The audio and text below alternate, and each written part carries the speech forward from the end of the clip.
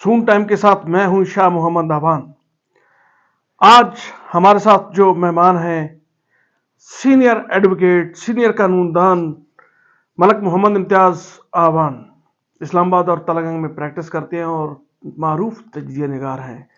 तलंगाना की सियासत पर इनकी गहरी नजर है। इनसे आज हम पूछने जा रहे हैं जो ताज़ा तरीन एक पेशरफ्त हुई है हल्का तलंगाना में। NA-59 तलंगाना लावा टमन के हल्का से पीटीआई पंजाब के सदर चौधरी परवेज इलाही ने इलेक्शन लड़ने का ऐलान कर दिया है। जी मलक इम्तियाज साहब, कैसा देखते हैं? चौधरी परवेज इलाही साहब मैदान में आ गए हैं और पीटीआई के निशान बल्ला पर। मुझे तो ये बहुत अच्छा लगा कि परवेज इलाही साहब ने यहाँ से इलेक्शन का अनाउंसमेंट की है और ये यकीनन बहुत ज़बरदस्त बात है कि क्योंकि पीटीआई का जो वर्कर है, जो वोटर है, वो बहुत मायूस था कि उनके सामने कोई पोटेंशियल कैंडिडेट नहीं था।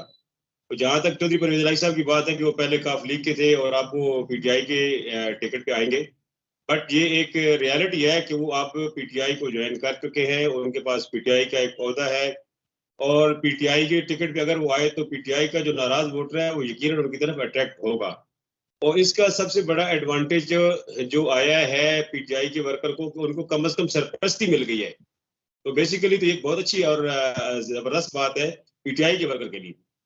जी। तो ये अनाउंसमेंट के बाद तलगांग और लोकल एरियाज के जो लोग हैं, वो इस बारे में क्या सोशल मीडिया पे और अपने जो इर्द गिर्द के लोगों में क्या गहमा-गहमी पाई जाती है? इस सिलसिले में उनकी क्या राय है कि सरदारान टमन को एक टफ टाइम या क्योंकि परवेज इलाही की जो कंट्रीब्यूशन बहुत ज़्यादा है इसमें, इवन के ज़िला बनाने में भी, और वो अब पंजाब के सदर हैं पीटीआई के, तो उन्होंने जब अनाउंस किया तो यकीनन टमन में तो खलबली मच गई होगी और सबसे ज्यादा तो मंसूर टमन साहब के जो हैं उनको परेशानी होगी क्योंकि उनका टिकट पहले ही मुश्किल में है। ऊपर से अगर परवेज इलाही आ जाते हैं तो उनके लिए तो बिल्कुल एक मुश्किल टास्क होगा ये सीट निकालना। जी शाह साहब, बिल्कुल आप सही फरमा रहे हैं, आप बजा फरमा रहे हैं कि जो सरदार मंसूर अयाज टम्मन है उनकी जो पॉलिटिकल पोजीशन है वो तलंगाना में पहले भी बहुत वीक है। आप ये देखें कि तलंगाना में क्योंकि उनका जो सियासत क्या है, उनकी सियासत के अंदर कोई स्टेबिलिटी नहीं है। वो कभी पीपल्स पार्टी में, कभी नून लीग में, कभी पीटीआई में, कभी काफ लीग में, तो कभी इधर कभी उधर, न इधर के न उधर के, दर बदर इधर उधर तो करते। अब जो वोटर है उसका ट्रस्ट नहीं है सरदार मंसूर याद पे, बिल्कुल ट्रस्ट नहीं है वोटर का। वोटर कहता है कि आज मैं अगर इनके सामने के साथ खड़ा होके किसी पार्टी में अगर मैं ट्विस्ट करके जाता हूँ तो इसका तो कोई पता नहीं है कि ये कल दोबारा किसी और पार्टी में चले जाए तो मेरा क्या स्टेटस होगा, मैं कहाँ पे खड़ा हूँगा ना। तो इनके ये जो है जंप्स लगाना, ये इनके लिए बहुत ज्यादा नुकसानदेह साबित हुआ है और अब वोटर का ट्रस्ट एतमाद खो बैठे हैं ये।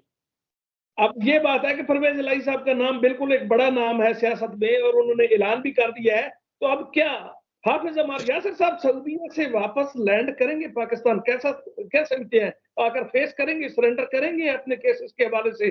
अब तो उनको थोड़ी आशीर्वाद मिल गई कि परवेज इलाही साहब ने इस हल्के से खुद लड़ने का, क्योंकि पहले तो थोड़ी गोमगो की सूरत हाल थी। जी आप बिल्कुल सही कह रहे हैं। परवेज इलाही साहब का चूंकि इस हल्के पे एहसानात बहुत ज्यादा हैं। आप यूं देखें कि तेलंगाना के आप छोटे से छोटे गांव में भी जाए तो वहां भी कारपेट रोड है। जैसा भी है, जहां भी है, उन्होंने डिलीवर किया है। तेलंगाना के लोगों को उन्होंने फैसिलिटेट किया है, उनको सहूलियात दी है, बुनियादी सहूलियात दी है। और अगर हमारे रियासत वापस आ जाते हैं तो फिर तो डेफिनेटली वो पूरे जितने उनका वोट बैंक है उसको मुतारिक कर लेंगे और वो अपने पोजीशन जो है वो रिस्टोर कर लेंगे। लेकिन अगर हमारे रियासत वापस नहीं आते तो फिर बेरोजगारी के लिए बहुत सारे मसाइल होंगे। तो दूसरी तरफ जो पीएमएलएन है वो भी यकीनन बड़ी सोच समझ के फैसला करेगी क्योंकि ये पॉलिटिकल डिसीजन है। वो किसी लो लेवल मेरे ख्याल में जाकर नहीं खेलेंगे और ना ही वो उनकी प्रायोरिटीज में जो पुराने सियासतदान हैं जिनमें सरदार मंसूर हयात है, सरदार फैज टम्मन है, सरदार मुमताज टम्मन है, चूंकि इन्होंने आखिरी वक्त में पार्टी को दगा किया, उनको धोखा दिया, तो पार्टी का ट्रस्ट उनके ऊपर है नहीं बिल्कुल भी। तीनों सरदार टम्मन के ऊपर कोई पार्टी का ट्रस्ट नहीं है।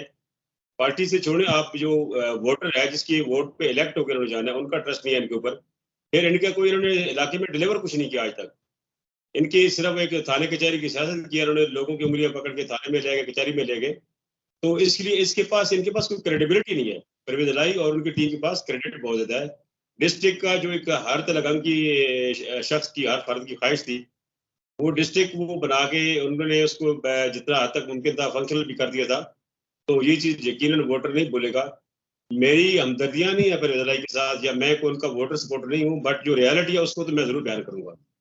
जहां तक बात, हमने सॉरी गुज़श्ता फादर, है कि आप पीएमएलएन का बल्कि बहुत बड़े सपोर्टर थे, हार्ड सपोर्टर थे, जलसत्ता का अरेंज करवाया था।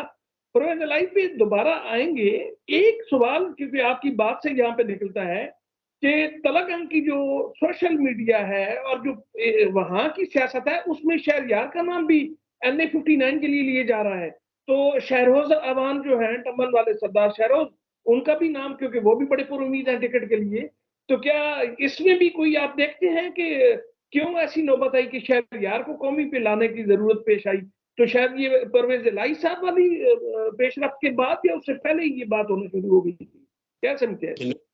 निशा साहब जो सॉरी सर, ये शहरयार साहब हैं, वो उन्होंने बल्कि इसको स्टेट पे जो है ना, उन्होंने इसका रिफ्यूज कर दिया। उन्होंने अपनी स्टेटमेंट जारी किया कि जी मेरा कोई ऐसा नहीं है, प्लान नहीं है, और ना ही वो उस पे आएंगे अन्य पे, क्योंकि अन्य पे आने के लिए उनके लिए अभी तक उस लेवल की उनकी वो नहीं है, अपने आप को स्टेबल नहीं कर पाए हल्के में। तो क्या वो वर्किंग अपना नहीं जो, है?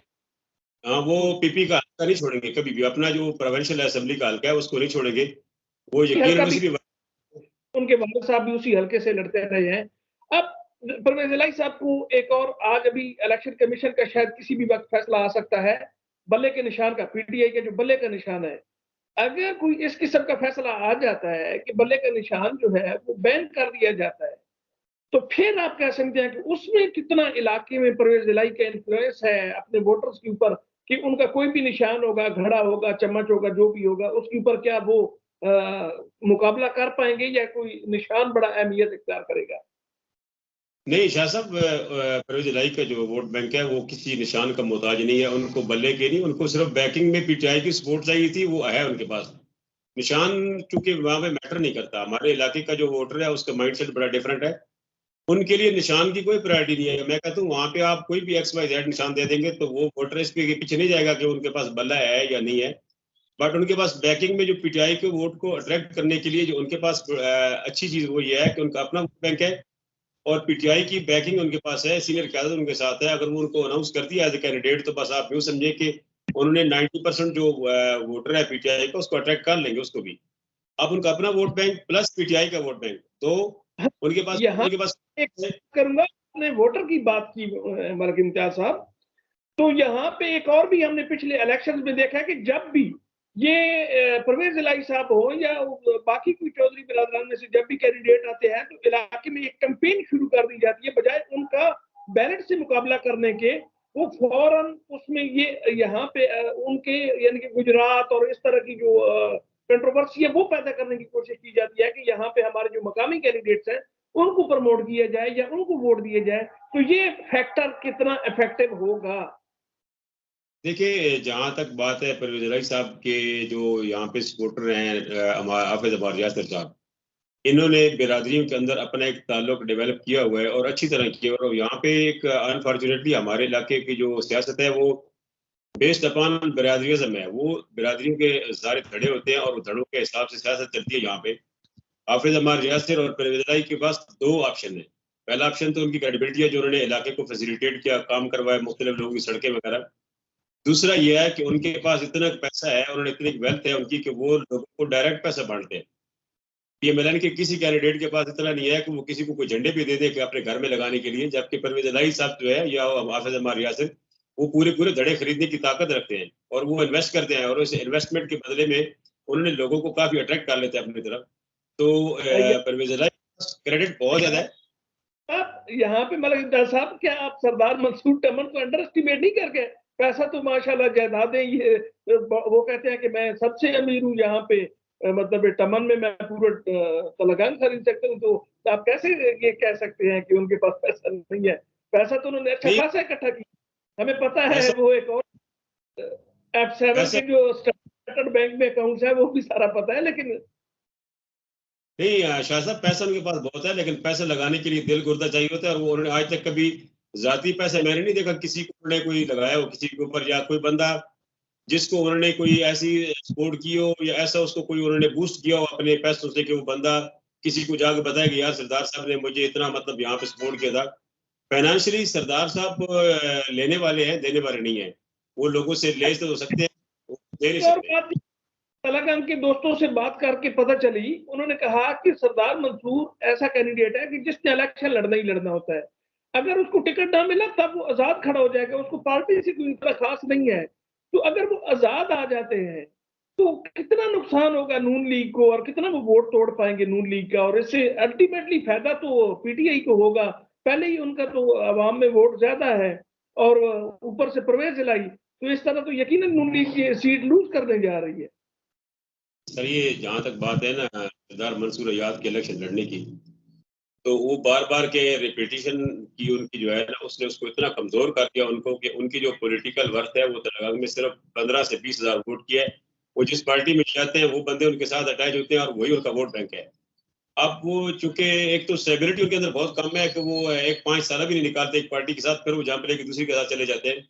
अब वो उस वजह से उनका जो पोज़ीशन है वो बहुत वीक होती जा रही है और मुझे नहीं लगता कि आप कोई बंदा ट्रस्ट करे। देखिए ना ट्रस्ट ये है कि मैं कल अगर आज पीएमएलएन को सपोर्ट करता हूँ, मैं पिछले 20 साल से करता हूँ या 25 साल से और मेरे सामने सरदार साहब ने मुख्तलिफ पार्टियों में गए, कभी हम उनके अपोनेंट रहे, कभी क्या हुआ, कभी क्या हुआ। तो क्या कल चौकों में खड़े होकर सरदार साहब पिछले 2018 के इलेक्शन में जिन मियाँ साहब को और उनकी पीएमएलएन को बुरा भला कह रहे थे, उसकी बातें डेफिनेटली मैंने और मेरे वोटर दोस्तों ने नोट की हुई है। तो आज अगर वो हमारे सामने आते हैं तो हम वो उन बातों को भी काउंट करते हैं कि सरदार साहब कल आपने जहाँ भी जो तकारीर की हैं, जो आपने इनको डिस्क्रेडिबिलिटी दी है और जो आपने इनके वो वीक पॉइंट्स लोगों के सामने गनवाए हैं, क्या वो आज खत्म हो गए?